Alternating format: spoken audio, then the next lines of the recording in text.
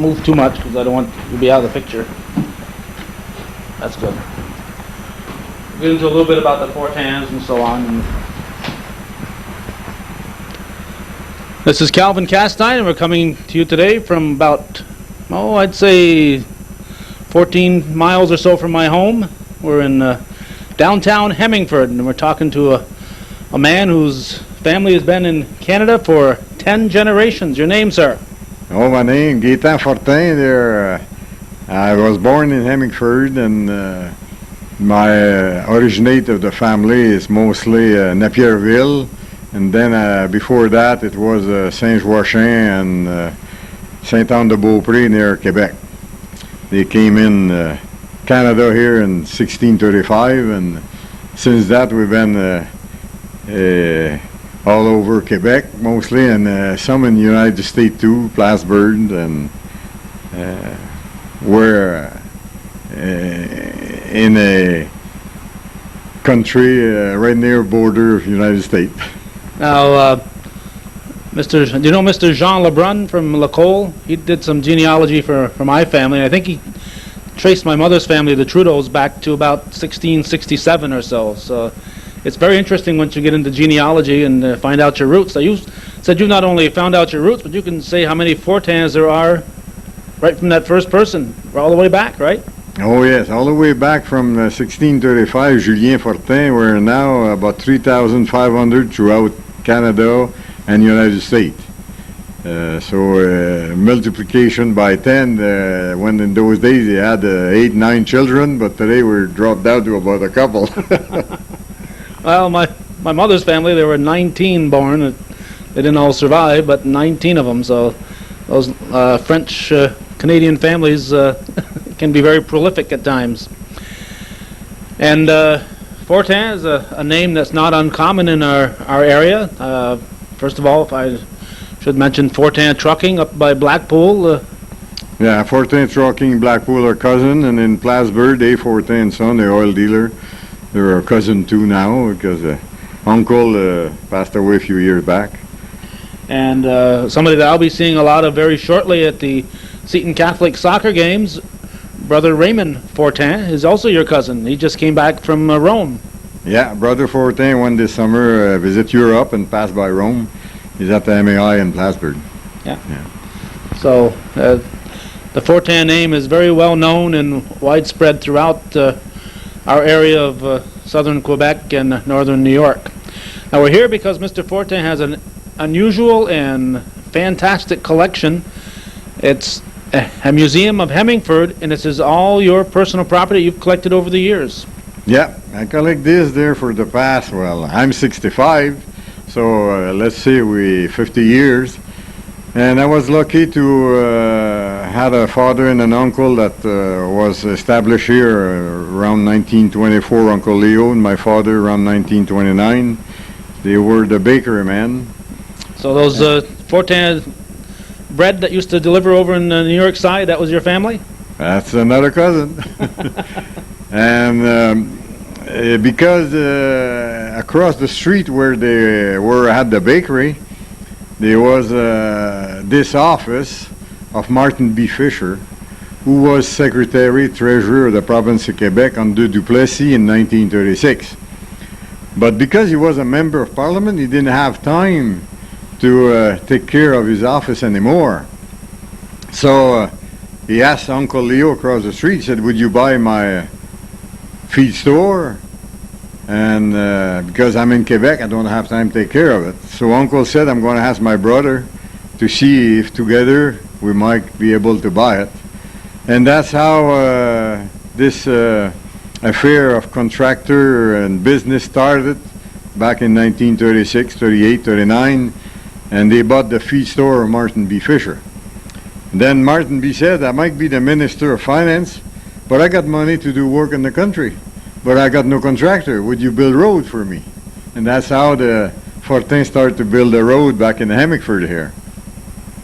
And we did a road under Duplessis, and then in 1960, when the government changed, the young boy, myself and the son of Leo, Gilles, we had a company of, we call it regional construction.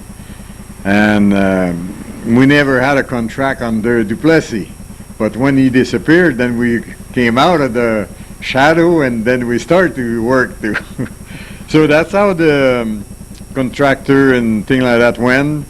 And as the year went by, this building became too small for the contracting.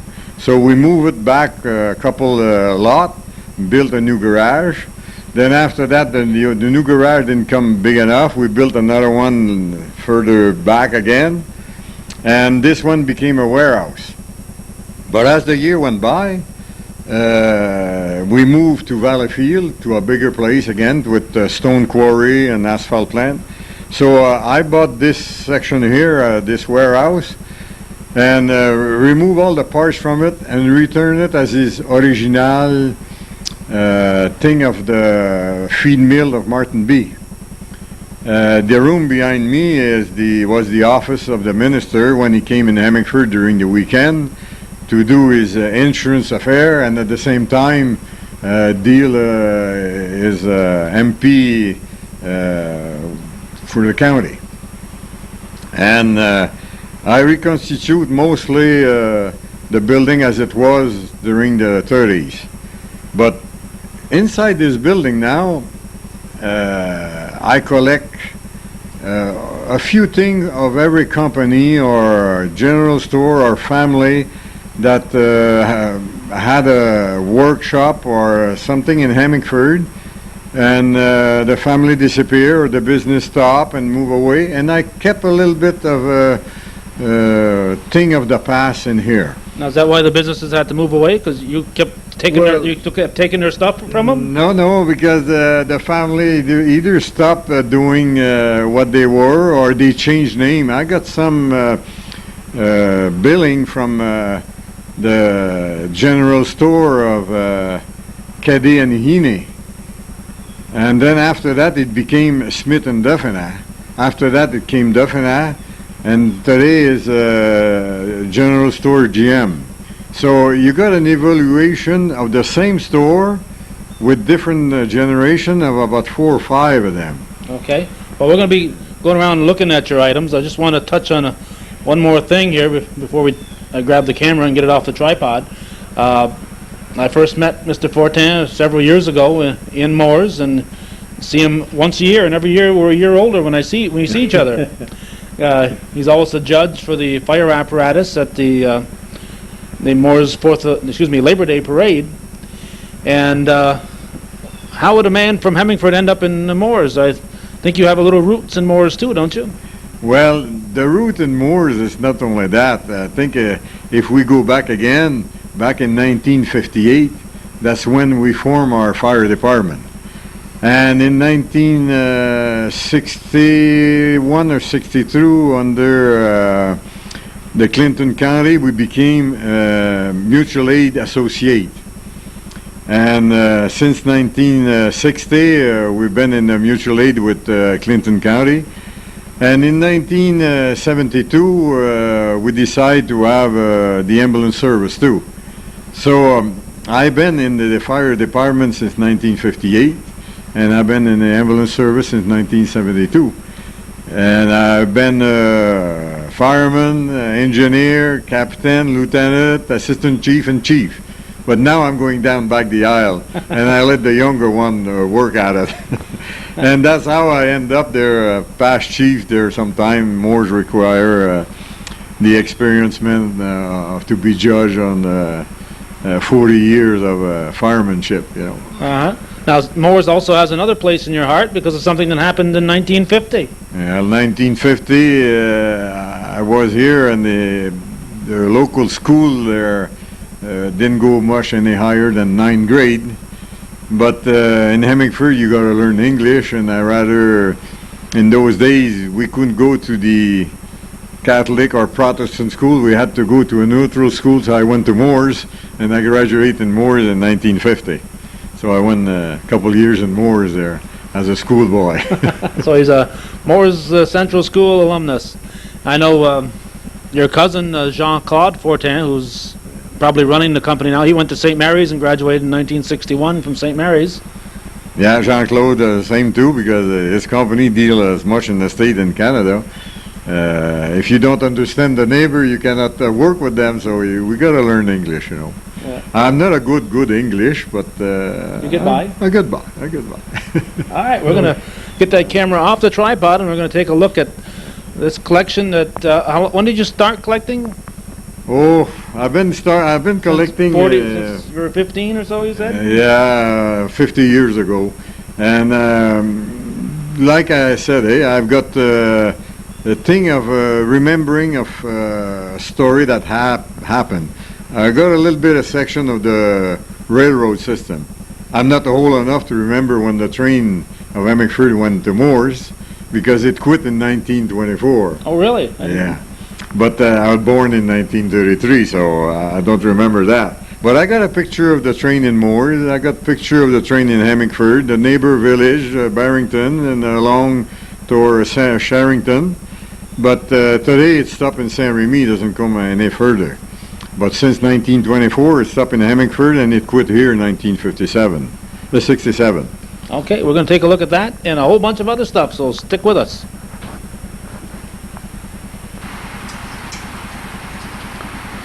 Okay, we're picking up right in Moores in 1920s. Now, this building, I think, is still standing. This is the one that's on Depot Street in that area? That's it. That's the one still standing in Depot, and you have the train here at the back coming from Plattsburgh here, coming toward Hemmingford. You have going toward Messina, El Toro, and this one, Rosas Point here. There was a diamond there in Moores back in the 20s. And the diamond's right there. And then at Hemmingford here, that's in 1900 too. We have the sign on the post here, Hemmingford, and the lantern is here, and the sign is up there. You have Moores Junction, 21.29 mile. Saint Isidore and Moores, 5.86 miles from Hemmingford.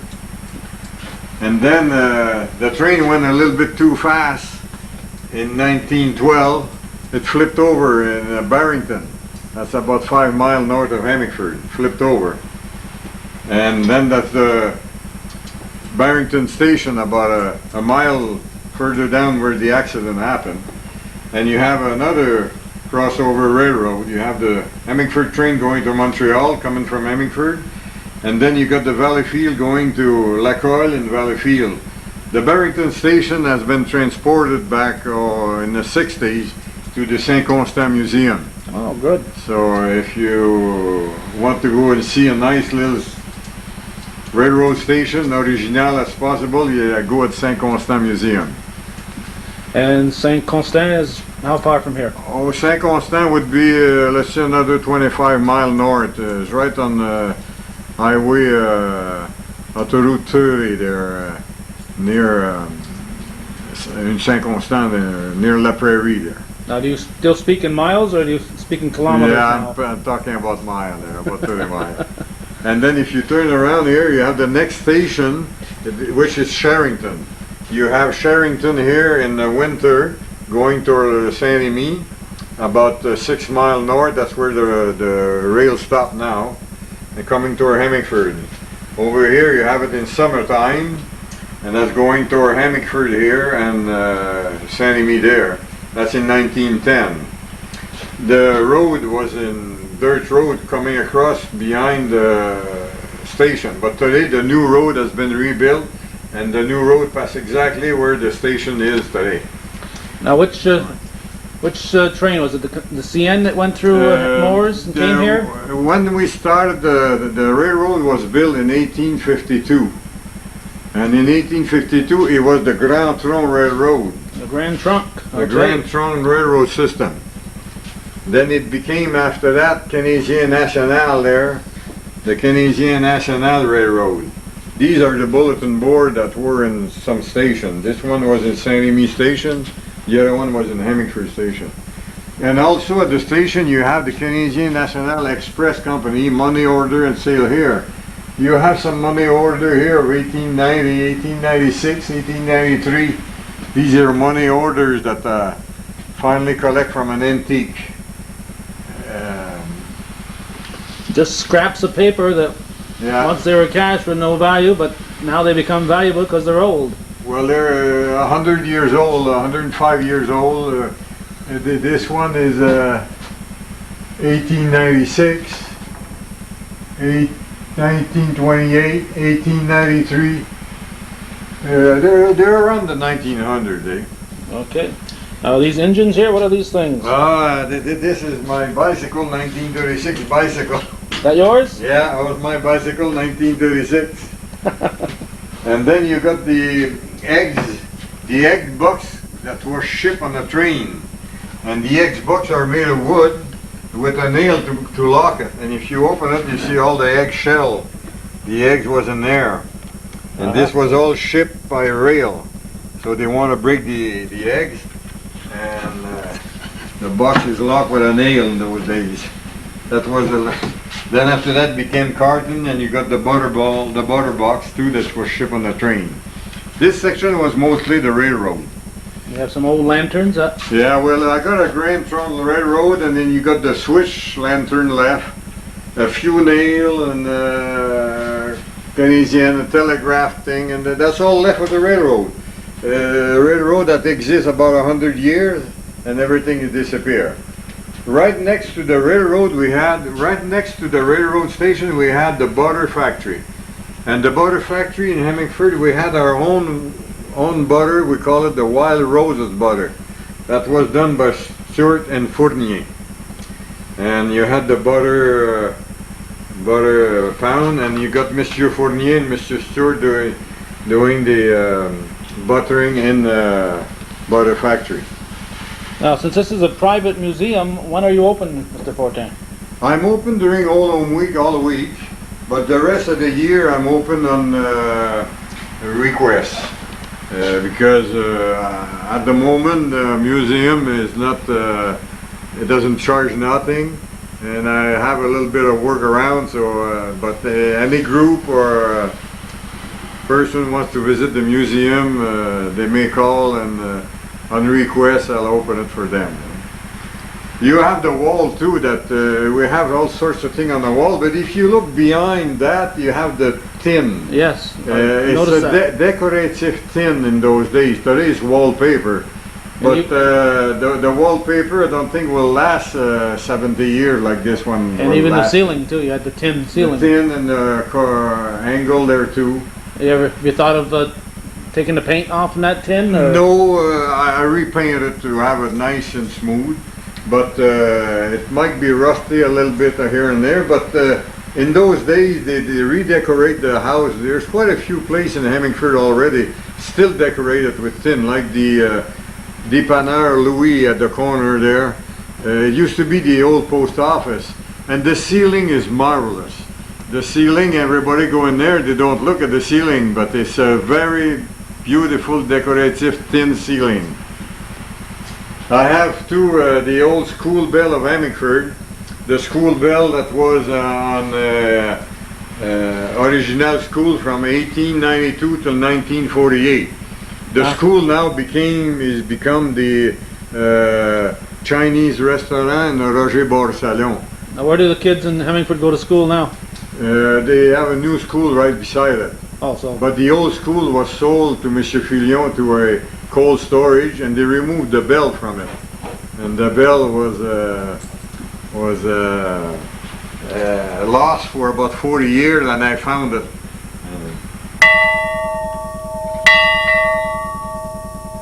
That was the old school bell of Hemmingford. Did you like that noise when you were a kid, or did you not we like remember that noise. it? You probably didn't like it either, right? But today is an electronic bell, but in those days it was manual bell. I have also here, used to be the hydro, used to be Shawinigan Water and Power before we became Hydro-Quebec. And then you got a counter of Mr. Lacasse's store, and you got the clock from Berthiaume Transport, Taxi Eddie Berthiaume, a picture of a different place in Hemmingford. You have a picture of a church with the church steeple. And if you look through the window here, that's the same church you see, there's no more church steeple. Now that happened before the ice storm, though, right? The church steeple was struck by a lightning in 1924. It was split in two. They tear it down, but they never rebuild it. And if you look through the window here, you see the church. If you come down here, Okay, that's the church that you see there.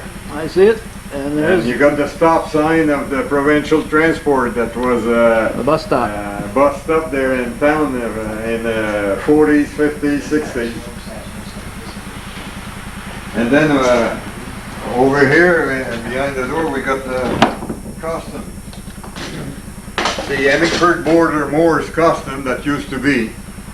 Now today is the dépanneur Den at north of the village.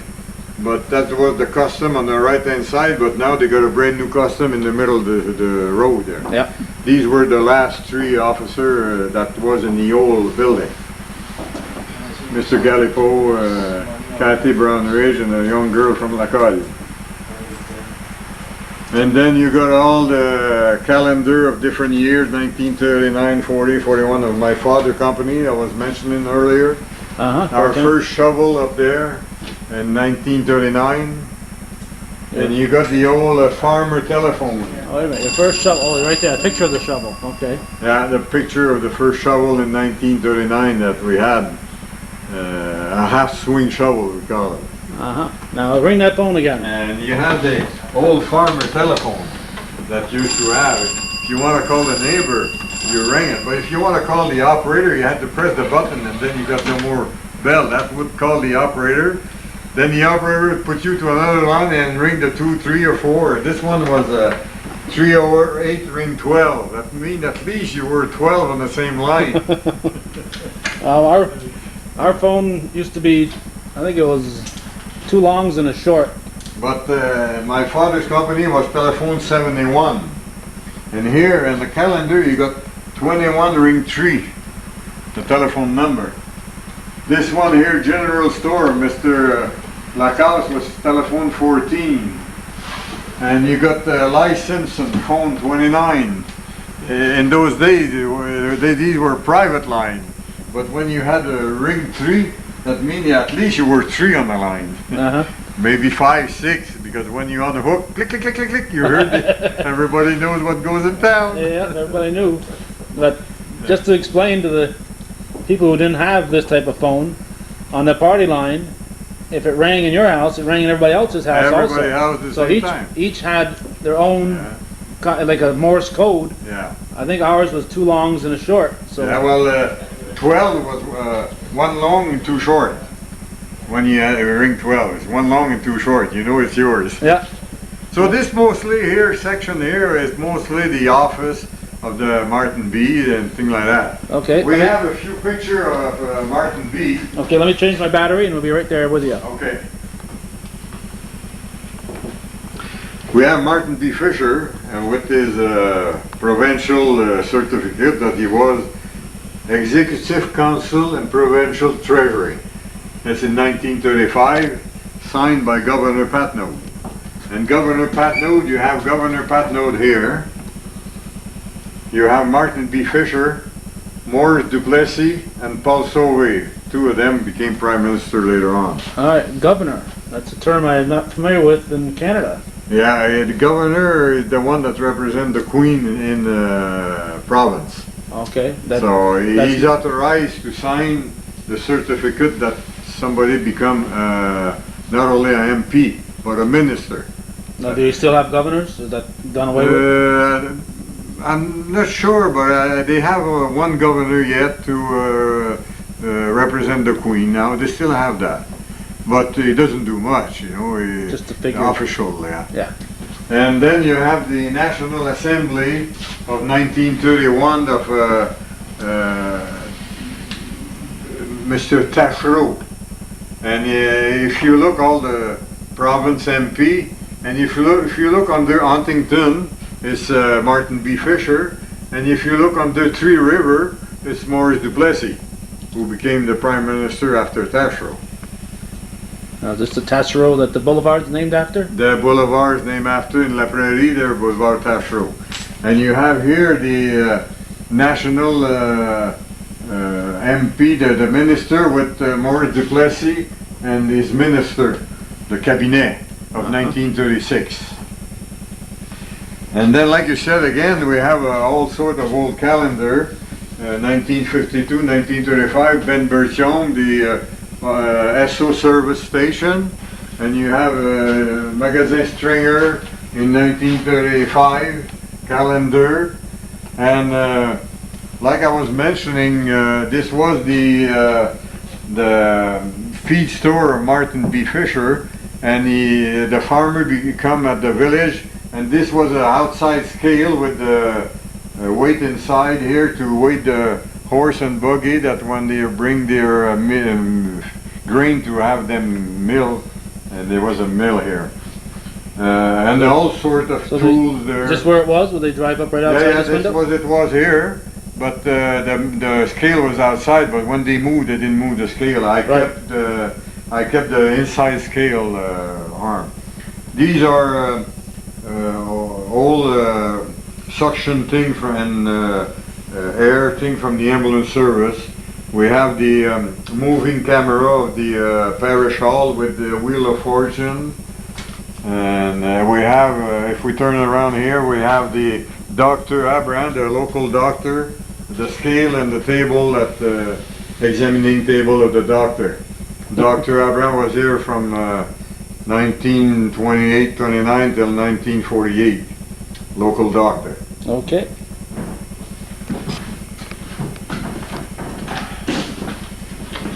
This concludes mostly the office, and then we go over the warehouse of the mill. And in the warehouse, I got all sorts of things from the farmers, the plow. We got something from the church, old Frontier Inn, Bell telephone. Okay. And you have the tinsmith over here. Yeah. All the wood press made out of log to bend the tin and work the tin. Tinsmiths here? We had the tinsmith T.G. McClatchy.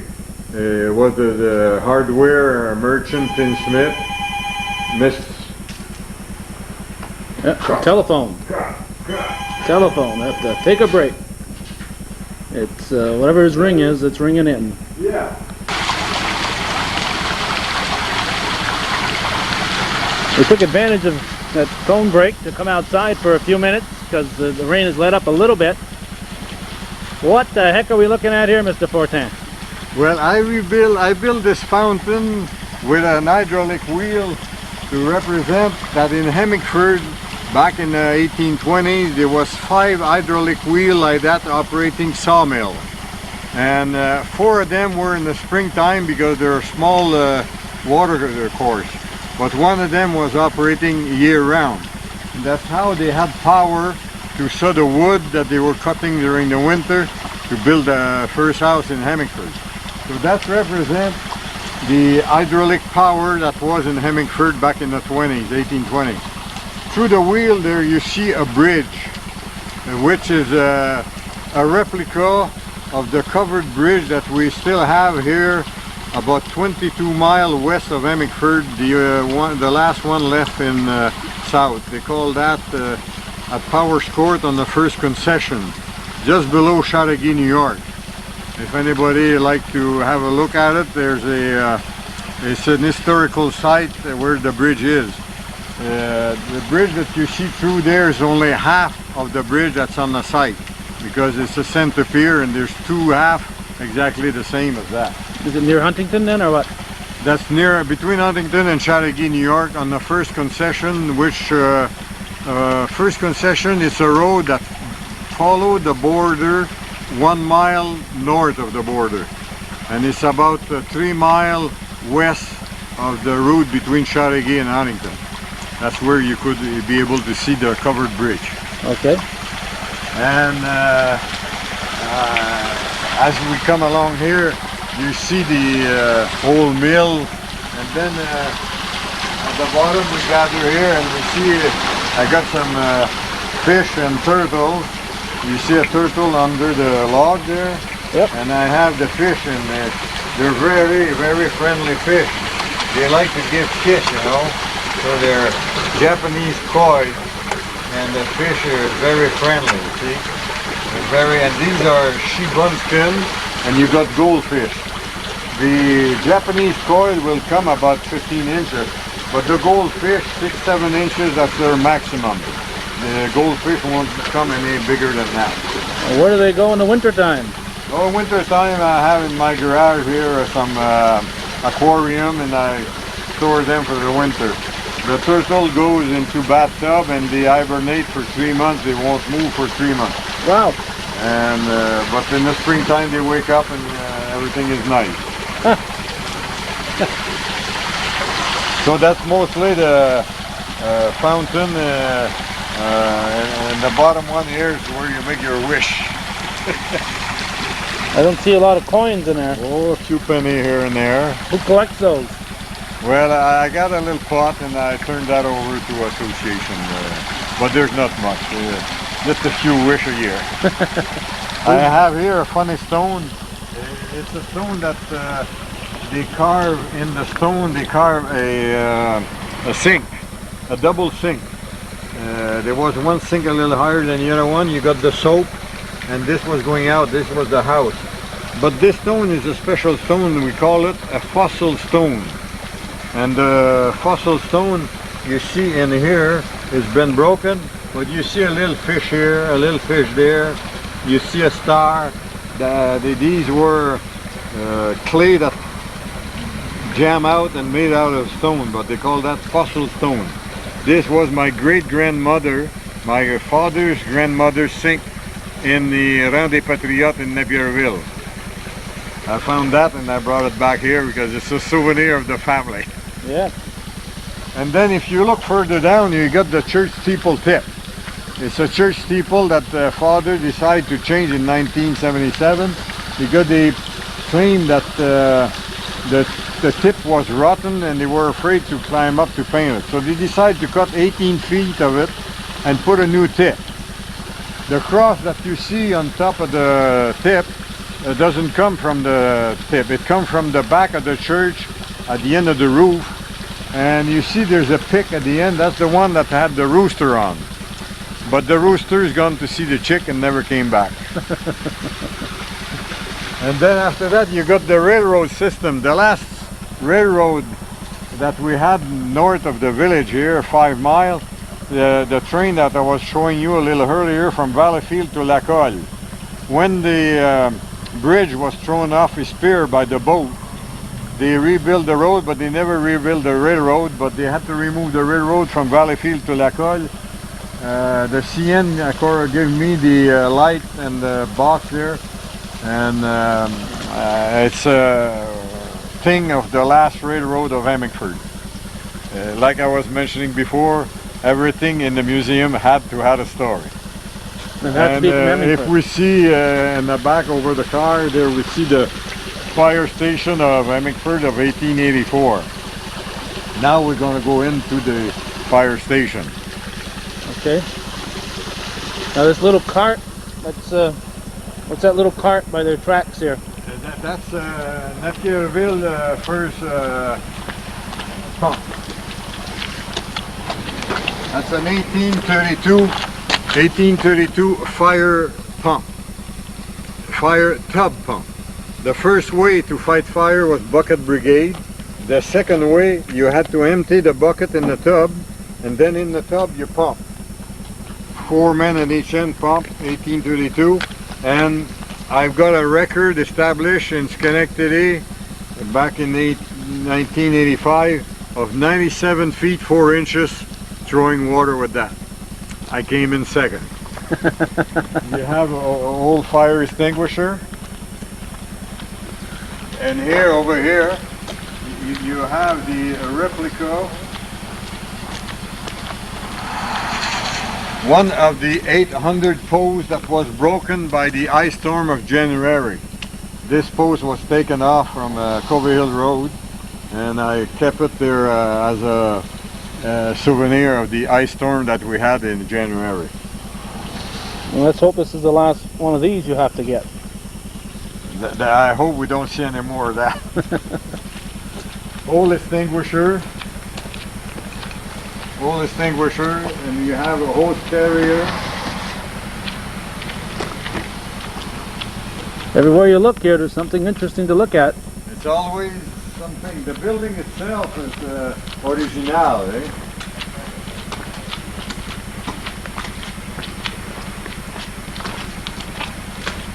You have enough light in here? Oh yeah, this is fine. In here we have a section of the Old Town Hall. The Old Town Hall that was built in 1867. And I bought the Town Hall in 1963 for $63. I had to tear it down because the walls were made just of brick. There was wood floor, wood ceiling, but the wall there was no wood, so it was condemned. So they built a new one in 1963, but I bought the old one. I kept the stone, I kept the vault door, door lock, and that's all there is left of the Town Hall. Windowsill. And then right beside the Town Hall was the old fire station, which we are in now. And I have the resolution here that the village asking the township the permission to build the fire station for their pump on July the 7th, 1884. Okay, now you mentioned village and township. Now, The village and township had one town hall belonging to the two of them. now is it both named Hemmingford? Village Both Hemmingford? named village, and the town of Hemmingford Village, Hemmingford Township. okay. So, but one had to ask the other if they want to do something on the promises. That's how I find out when this building was built by a resolution of the council of July 7, 1884. You have the original place where the fire station was, and then you had the hand pump that we have here right beside. That's a 1879 hand pump. And then after that we had a hose trailer and the hose trailer pump. The old Ford 32, which we're going to see later on. And the rest, well, is all equipment that are discontinued or obsolete. And then you got trophies, fireman convention that we go all around. Beer mug hang to all sorts of convention. And all sorts of things that we call this mostly fireman jewelries. Because everything in here has a thing about the story of the firemen and firemanship and parades and What's this bulb above the window here? What's that? above the window here. These used to be the first kind of extinguisher that they were installed near a furnace or near where there's a high danger of fire. But those extinguishers are filled with carbon tetrachloride, which the lead will break at 135 degrees. And if you're not dead by that time, when the carbon tet comes out, it cuts the oxygen, so you're sure to be dead. So that's not too safe, but today it's highly discontinued, and it's forbidden to have the extinguisher. Now they used to take those and throw them like grenades, right? Yeah, well, the lead that when melt at the back, the hammer break the glass, and the carbon tet spread in the air, and it cuts the oxygen. If you have no oxygen, then you got no fire. But you got no more life too. Right. So that is discontinued. So this is mostly the old fire station that was in 1884. This fire station was never in use by an organized department. It was always under one of the councillors that was responsible for the fire in the municipality. And the last 2 or 3 that when you're born in your life, you remember Walter Keddy was one of the councillors responsible for the operation of the fire, and Eddie Bertillon was the pump operator. So they were both council. But then in 1958, we had a fire at the butcher, Patnaud, and we called Moores to come and help us. And we had the pump at the big reservoir in front of the church. And when we came to get the hose, they were all in the tower. We put that in the truck. We went to the fire and brought the hose to the pump. When we arrived at the pump, we were wrong hand. And that's when we decided to organize ourselves as a fire department in '58. So we had to turn all the hose again, and in the fire it's not minute that count, the second that count. So that's mostly here, the two buildings that you had there, the feed store and the fire department. Okay, let's go back in where we were when the phone rang. We go back there into the mill, and we'll go upstairs where my wife has a hat collection. The hat collection come from Madame Préjean from Valleyfield. My wife always used to buy once a month there a hat or two from Mrs. Préjean. She was a hat maker, lost her husband very young, and she always kept doing some hat, and she died at 98, and her family had the instruction from Madame Préjean to call Madame Fortin. She gave my wife the hat, and we had 500 hats in one shot. So they're all brand new hat. And we'll see now our next step there, the hat collection of my wife. Now, is this your wife we're looking at right here? No, these are pictures of Madame Préjean's hat, that display of hat that she had to sell. But when we had those 500 hats from Madame Préjean, we also had some box of a hat decoration. And that's why my wife made some picture of leaves to decorate hat and flowers decorating hat, you know. And we got some in balls there up there too. These are hat decoration. If you see those hats there, there's a lot of decoration on it there. They're all hang here around, and you got all sorts of hats. And we even have a few private hats, but this one is my wife's. This is my wife's. This is a hat completely made with pheasant feather, and that's her pride. And you all, this counter the counter itself come from Willie Menard barbershop, and this as a kid we used to go there to buy the penny candy, and that's Willie Menard's counter. Everything in here, this is Mrs. Willie Menard support hat, and everything in here, the thing has to have a story in Hemmingford. Except for the hats. Well, the hat there, there was my wife had about 200 and some hat, but now there's 758 hat in here. Does she wear any of these at all? No, she never wear them. They're all brand new, even the tags on it, they're for sale. But we're not for sale. The tag that Mrs. Préjean had on there as her hat maker. Now these are all hats that she handmade herself? Yeah, all handmade by Madame Préjean. Yeah. We estimate that those hats are from the 60s, 70s, you know, that Madame Préjean made. Now, did she make them all different, or did she make all different hats? She wouldn't make 2, 3 the same, or anything? Well, maybe the shape was the same, but different colors and different material, but there's no two alike. Amazing. You might have, let's say, this one is gold, and this one is silver, and this one is roses, and you might have a few shapes, but they're all different. If you look at it two different ways, there's no two alike. They're all different kinds. Incredible. All right, I'd like to... it's a collection. Eh? Yes, take a closer look at the items you have downstairs. Yeah, we'll go downstairs back. First thing we're looking at here is this helicopter, and this looks out of place here. Why would you have a helicopter among all your items from Hemmingford?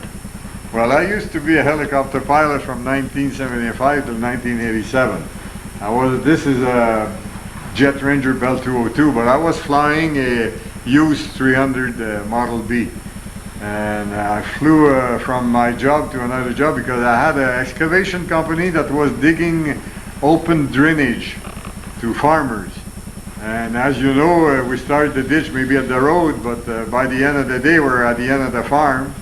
So to go and see my men on a shovel or tractor or wood cutter Well, it took me a couple of days by car, but with the chopper, I visit them twice a day, and it's fast and very simple. So I flew helicopter for 12 years. How many men did you have working for you at one time? Oh, in the summertime, we were generally around 200 men in the summertime.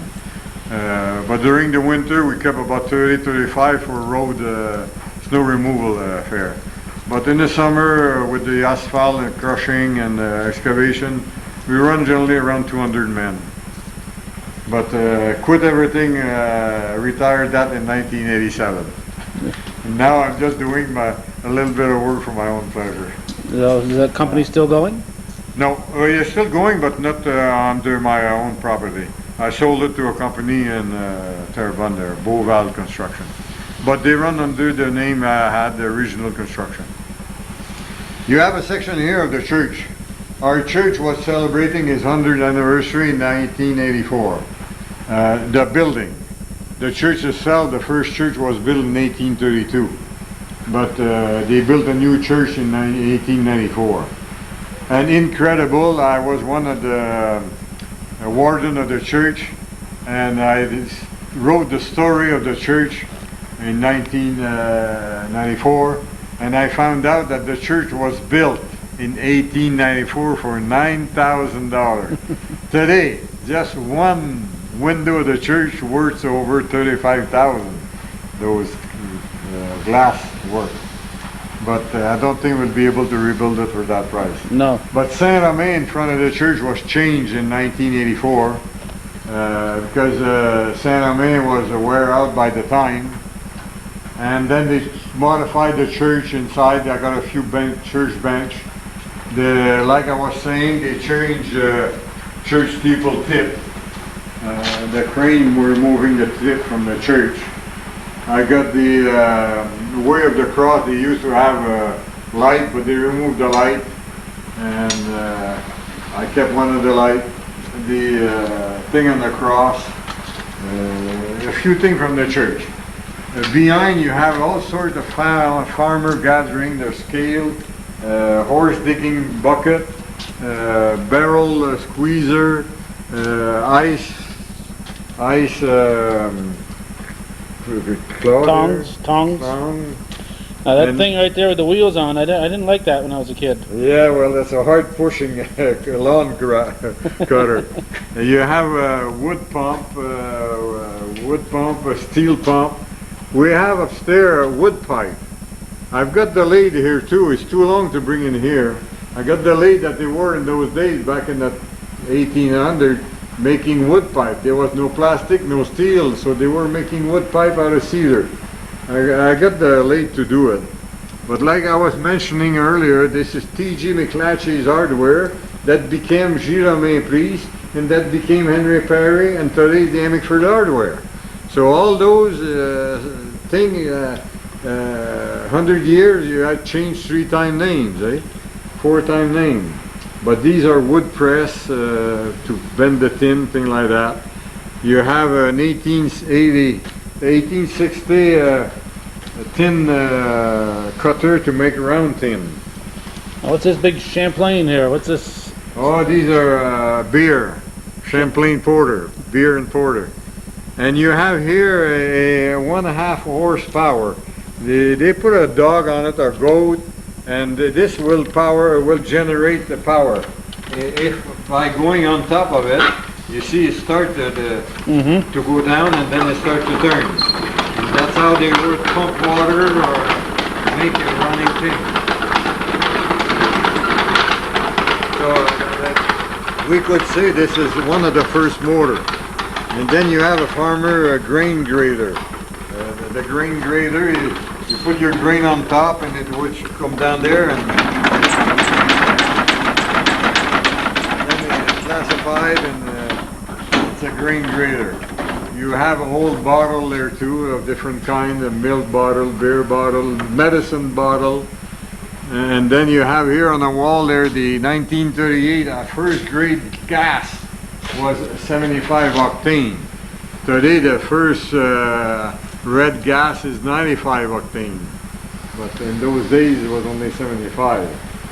Old license plate, and It's all containers of different kind. There's a wood, coal container, nail container, oil, maple syrup, honey container, a washing board, and a coffee grinder from the general store, a scale, and a wood. All different thing in the museum has a story of Hemmingford. Did you get much visiting during the Old Home No, Week? Old Home Week was pretty good. There we had about 50 people on a week, and during the weekend we had about 100 or so. And we have a lot of foreign people there. I got a book registering their name and where they come from, and people has in Hemmingford visit from outside country, and they come and show them a little bit of the story of Hemmingford. Now,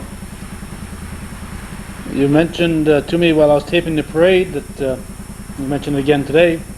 You had some visitors from France during that week. During Old Home Week, we had a full bus there organizing. They came from the village where the first Fortin came from, Saint-Côme-en-Valais.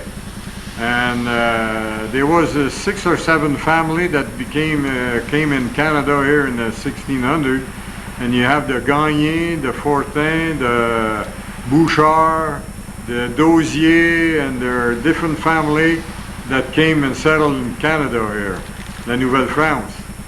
And this Old Home Week, we had 59 people from the village of Saint-Côme-en-Valais visiting Quebec for 10 days, and they were the weekend of the 2 days in Hemmingford, boarding to all different kind of family here, because we have a few motel or 4 or 5 rooms, but we don't have a big motel for a big gathering of people like that. And we enjoy the Frenchmen visiting our Old Home Week from France this year in Hemmingford.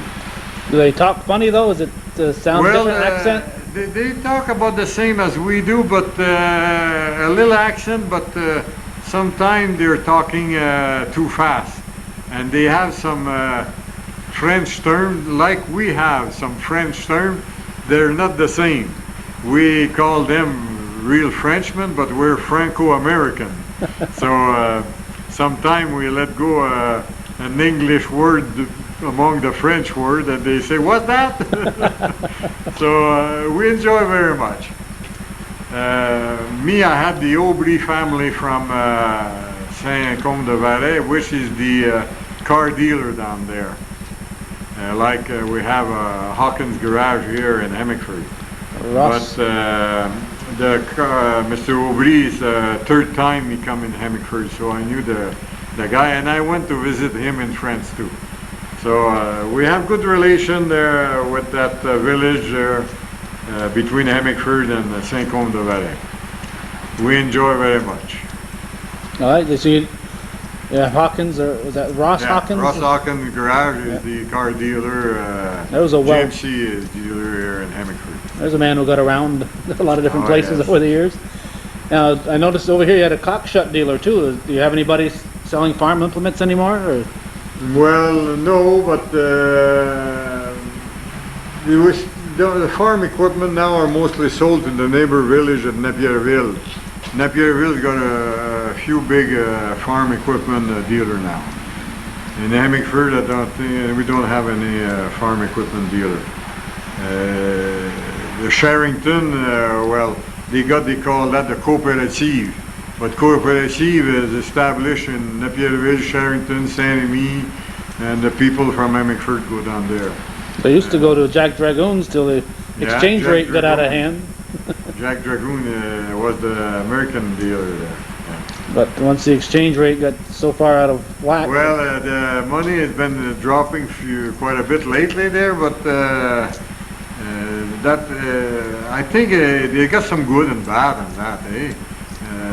The good is Americans come here to buy more, but the bad, us to go in the state will cost us more. So which one is the best? It's very hard to say. Time will tell. That's right. Now, people want to get a hold of you and take a tour here. What number do they call? The Hemmingford here regional area has changed there since June. We used to be 514, but now it's 450. And my number is 247-2071. So you may make an appointment, and if you want a group or something, we'll be gladly make you visit this little souvenir of Hemmingford. Is there a better time of the day to call you than others? Well, noon time I'm always there having dinner. That's the best time there on the noon hour.